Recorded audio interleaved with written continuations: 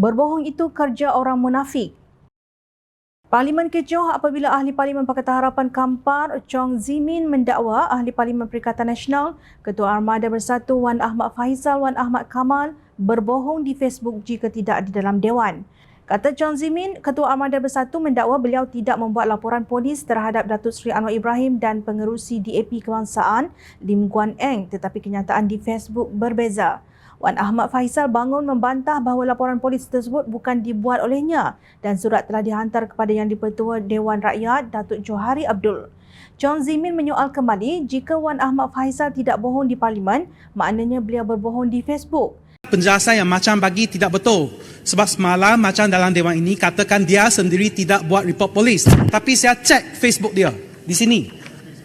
Mewakili Armada Bersatu Malaysia, saya, YB Mersing, Saudara Isa Lahuddin, Exco Armada Nasional Saudara Haris Idam dan Saudara Mio Najudin dan berapa lagi telah membuat laporan polis. Jadi dalam Facebook dia sendiri sudah aku buat laporan polis. Jadi penjelasan semalam tu tak betul dalam dewan. Kampar. Ya. Surat yang telah pun ditulis kepada saya ada kepada saya. Betul. Jadi saya akan buat keputusan termasuklah apa yang Kampar sebut tadi. Dan saya dapat salinannya bukan daripada dia tapi oleh ahli dia. Saya tidak baca ahli. Okey Kampar.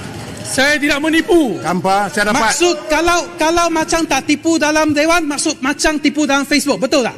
Sebab ini sudah keluar dalam berita. Salinan report ada. Salinan report boleh check. Police report. Betul tak? Macam Kampar. kenapa tak sangka masa tu? Kampar. Maksud macam tipu dalam Facebook. Oi. Tanpa minta maaf ke? Dalam hantaran Wan Ahmad Faisal di Facebook miliknya yang bertajuk Lawan Fitnah Jahat PHDAP ke atas Tan Sri Muhyiddin Yassin dan Syed Mokhtar Al-Bukhari, beliau menulis, mewakili Armada Bersatu Malaysia, saya, YB Mersin, Saudara Islahuddin, Exco Armada Nasional, Saudara Haris Idham dan Saudara Mio Nakiuddin dan beberapa lagi ahli Armada telah membuat laporan polis untuk membalas dan menyangkal tuduhan dan laporan polis yang dibuat oleh pemimpin DAP YB Lim Guan Eng ke atas Tan Sri Muhyiddin Yassin berhubung kuasa pelepasan cukai ke atas Yayasan Al-Bukhari dan syarikat-syarikatnya serta kaitan dengan pertuduhan cacat kononnya salah guna kuasa ke atas Tan Sri Muhyiddin Yassin. Saya yang disebut oleh Wan Ahmad Faisal sudah pasti merujuk kepada dirinya kerana hantaran Facebook tersebut telah ditandatangani oleh beliau sendiri. Bagaimanapun, laporan polis tersebut diakui oleh Johari iaitu Speaker Persidangan Dewan Rakyat ketika itu tidak mengandungi tanda tangan Wan Ahmad Faisal.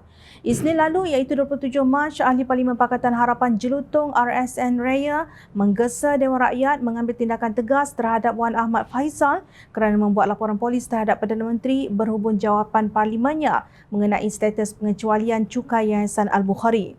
Raya berhujah bahawa tindakan Wan Ahmad Faisal adalah eksesif iaitu keterlaluan dan tidak relevan. Perkara tersebut, kata Raya, sepatutnya dirujuk kepada Jawatankuasa Hak dan Keistimewaan Parlimen. Timbalan Yang di-Pertua Dewan Rakyat Datuk Ramli Muhammad Nur berkata prosiding Parlimen kebal daripada pendakwaan dan aduan sedemikian perlu dibuat secara bertulis.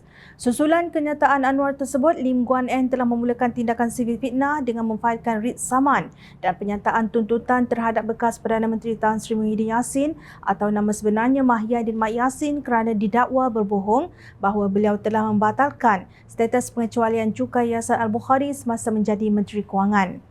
Guan Eng mendakwa Mahyadin tidak menunjukkan bukti mahupun sebarang surat atau tarikh dakwaan pembatalan status pengecualian cukai tersebut. Memandangkan dia tidak menarik balik kenyataannya terhadap saya dan terus berkeras untuk memfitnah, saya tidak mempunyai pilihan selain memfailkan prosiding fitnah untuk membersihkan nama saya, katanya dalam satu hantaran di Facebook.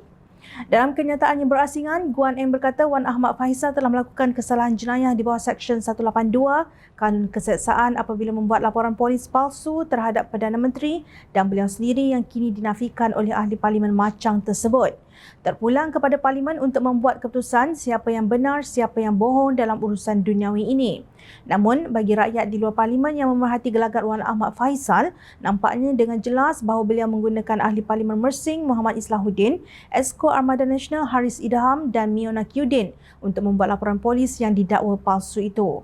Tidak kira siapa yang menandatangani surat laporan polis itu, Wan Ahmad Faisal tetap berada bersama DIPD Damwangi, Kuala Lumpur pada 24 Mac 2023 dan membuat kenyataan media yang dilaporkan secara meluas oleh akhbar-akhbar tempatan. Video kenyataan media dan gambar beliau semasa membuat kenyataan bahawa pihaknya telah membuat laporan polis masih boleh diakses di internet semasa rentasan ini ditulis.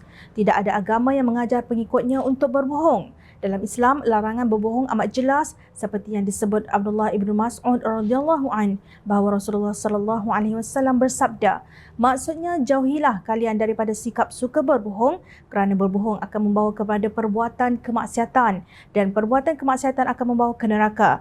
Jika sekiranya seseorang itu sentiasa berdusta, maka kelak dia akan dicatat di sisi Allah Subhanahu wa taala sebagai pendusta.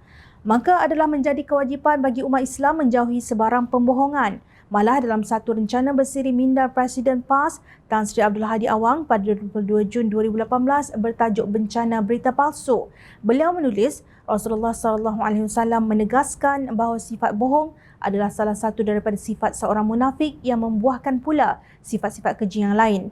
Abdul Hadi menyandarkan hujahnya daripada sebuah hadis yang dipetiknya berbunyi begini.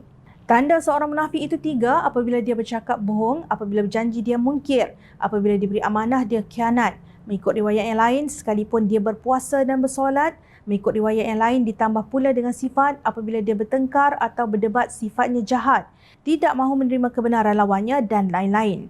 Abdul Hadi seterusnya berkata bahawa Allah Subhanahu Wa Taala akan memberi pengampunan kepada yang bertaubat. Lakukan muhasabah terhadap diri masing-masing, berfikir dengan akal waras yang berpandukan prinsip iman dan konsep takwa. Bukan akal yang tidak beriman dan buniman berpandukan selera dan isi perut yang berakhir dengan menjadi lebih hina daripada isi perutnya, tegasnya.